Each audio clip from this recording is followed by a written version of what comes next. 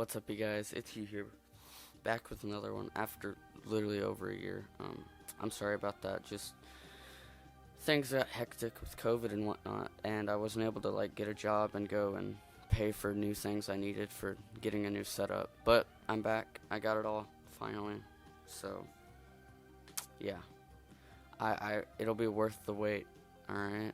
But anyway, so today we're gonna be talking about how just tips and tricks and things that I have to say about fishing for finicky bass in the wintertime and the cold weather and whatnot. So yeah, let's get into it. So I guess we're gonna start with. So I have a big list of things. So we'll start with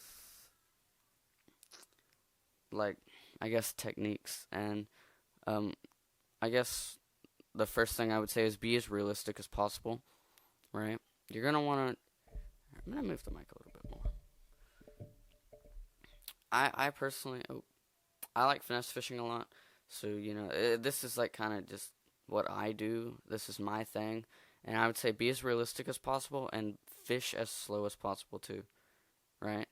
And I guess one big tip I have for fishing realistic is setting bait traps and then checking them and throwing lures that resemble what you find in there, like the little minnows and perch and stuff and crawfish. Find the things that resemble those, right? That's my biggest tip. That it works really good. It's the best way to match the hatch in my opinion. So yeah, that's something really good. And that's something you can use regardless of in your if you're in a river, a lake, a stream, a river and a stream are kind of the same thing, right? I don't know. Pond, whatever. Right? So, and then I guess my other one would be, as I said, fish as slow as possible, meaning just literally dead stick it or just pop it off the bottom. And it can be whatever. I mean, I'm a huge finesse fisherman, so I would say, Ned rigs and stuff like that. And just little low profile baits. You're going to have to use small stuff, drop shots, stuff like that. Carolina Carolina rigs are good as well, but usually a smaller trailer on the back is better. And anything that has action whenever the lure is moving slow is better. Um, Brush hog's a classic, well known. No, cut that out. For example, crawfish lures or biffle bugs. Those are kind of an older lure, but I've been seeing a lot of people throw those on Carolina rigs. I've never done it myself. That's just kind of like a suggestion. You can do that. I don't know. I haven't tried it out, but if you try it out and do any good, let me know. And then light line works really good. Like especially if the water's clear, right? But even murky water. I personally like braid a lot, right? So I'll throw. I keep saying right. Throw braid if you enjoy braid, even if it's murky water. Just put a longer leader on there, and you'll be fine. And a lighter leader. Like say in the winter, put a 9 foot long leader on there, and you should be good. Unless you're fishing really deep water, then I would say even longer than that.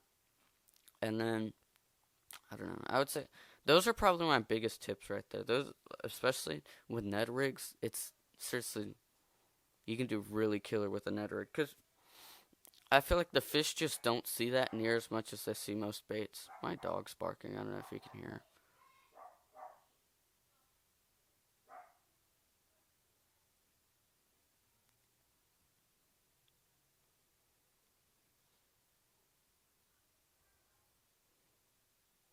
And I guess power baits for the not power baits, power fishing. For the most part is out the window, right? I keep saying it, man. I'm not really a big power fisherman, but I think some reaction bites can be good, crankbaits and stuff like that. And one thing I hear from a few people I talk to is chatterbaits in the winter. I wouldn't know. I don't fish chatterbaits at all.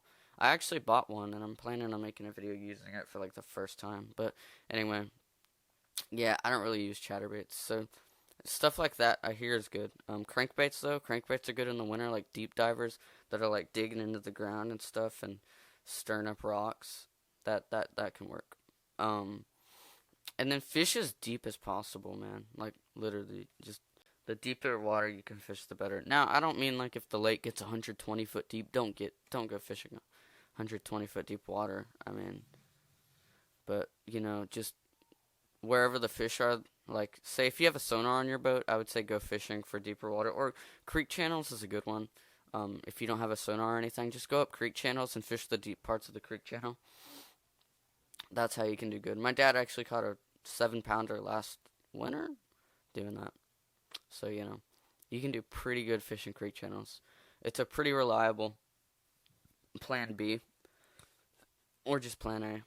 And then for like ponds and stuff, try and fish as much, or in general, fish as much rocks as possible.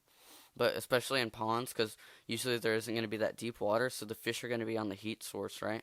Whatever collects the heat. And that'll be rocks or like even sticks poking up out of the water. They'll be leaned up against a singular stick. 1 to 2 fish maybe. That always works really well. Is to just cast it like branches hanging out of the water or like trees sticking out of the water. The fish will be up against that because the hot air is next to it and it collects that heat, and that heat is down underwater too, like on that tree, if that makes sense. So yeah. Or culverts. Culverts are a good one. Just stuff like that. Anything that collects heat. And I mean, that's pretty much it. Just let me know if you have any other questions or anything. Maybe that wasn't enough, or that just didn't seem like a lot to y'all. But I hope it was a good video, and I hope it was worth the wait. So yeah. Let me know what y'all want to see next. Don't forget to follow me on Instagram, and I'll see you guys in the next one.